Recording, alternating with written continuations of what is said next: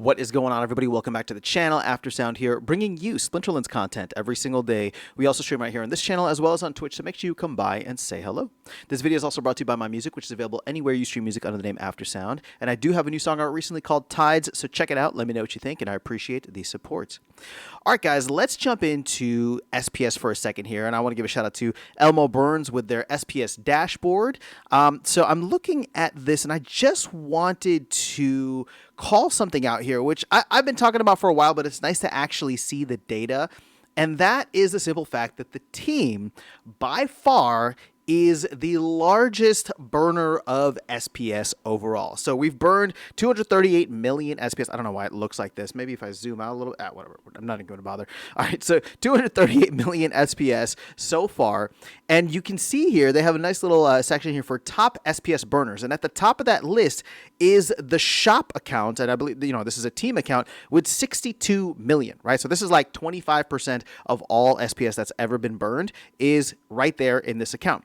The next highest account is actually Aggie at 38 million, which is very, very impressive. But, you know, Aggie just loves to burn SPS. I think he's burned SPS a ton in the past just to help the ecosystem, just to help the token. So, again, you know, huge shout out to Aggie for that. But after that, it drops off significantly to Vugtis, who burned 10 million SPS and only did that recently during the Conclave Arcana presale, right? So Vugtis has burned 10 million. You can see High Vengeance at about 9.8 million. You got SL Swap doing 8.7, and then Matt at like 7.5. The Splinterlands team at 7 million, and then you have, you know, your regular random players at 4, 3 million. Shout out to Bulldog, Cryptomancer, Hanvi, Miradorn, right? But for the most part, you can see that, you know, if you were to take out all the players, if you were to take out Aggie for a minute here, like it's primarily going to be the shop. Now, why am I calling this out? Not that there's anything good or bad about it. It just is what it is, and this is why the proposal for the mini set is going to be, in my opinion, really devastating for the flywheel. Now, don't get me wrong. I've talked about this at length. I'm not saying that, you know, it's the end of the world or that it's going to be bad all around. I'm just saying it's bad for the flywheel. It's not necessarily bad for SPS. But if we want to see SPS continue to get burned at a high rate and through consistent demand, we needed to see that flywheel come into action. And I guess one of the things that's really tough in terms of like looking forward is how do we get it so that the team is actually comfortable burning all of this SPS, buying the SPS and burning it on, you know, buying it off the market and burning it. And so, you know, in that last video, I talked about, I don't want to get too far into it, but I talked about how the fees really eat away at the team's ability to do this, which sucks because, again, they're going to be one of the biggest burners out there. Now, obviously, if a mass wave of players comes in, and you know, they're bringing in their own capital from the outside, what they will eventually end up doing is buying that SPS off the marketplace and burning it themselves, unless, of course, and this is where things get really tricky.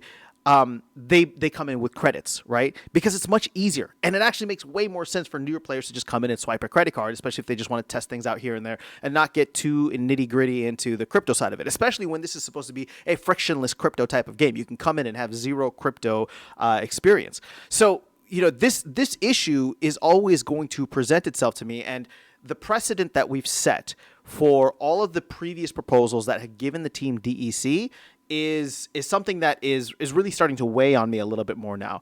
Actually, that sounds a little too dramatic. It's just like the team's always going to need DEC, and they're always going to raid the DAO for it because that makes way more sense, and it doesn't cut into their you know, finances in a really negative way that has fees eating away at it. So again, I don't know how we get to a point where it's okay for the team to do this with credits or whatever it is, unless, of course, you know, they do it in a way where they apply the fee externally so that people can come in. But everybody's just going to complain about that even more. So I don't know that that's the solution.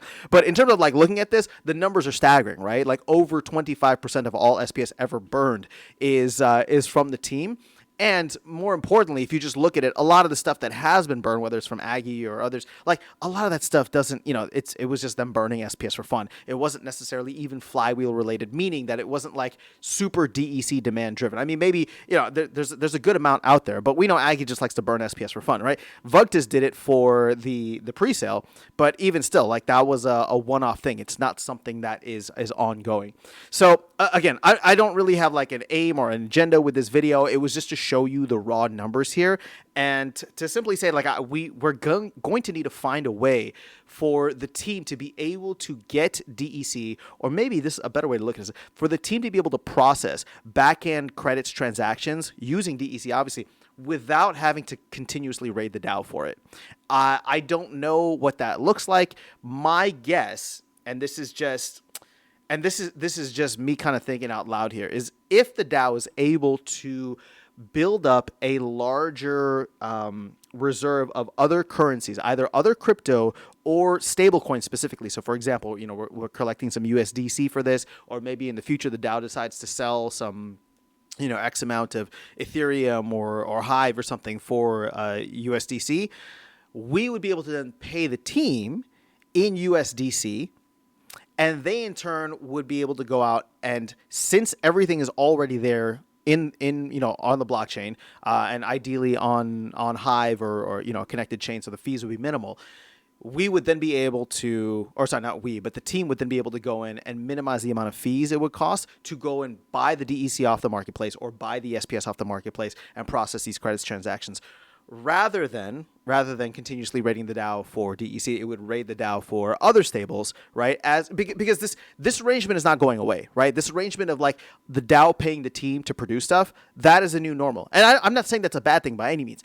I just don't like the fact that we're continuing to pay in DEC. So hopefully this will be the last time, or one of the last times, that we end up doing that, so that we can get back to the continuous burning of SPS. But we are a long way from that, probably 6 to 8 months until the team runs out of DEC again.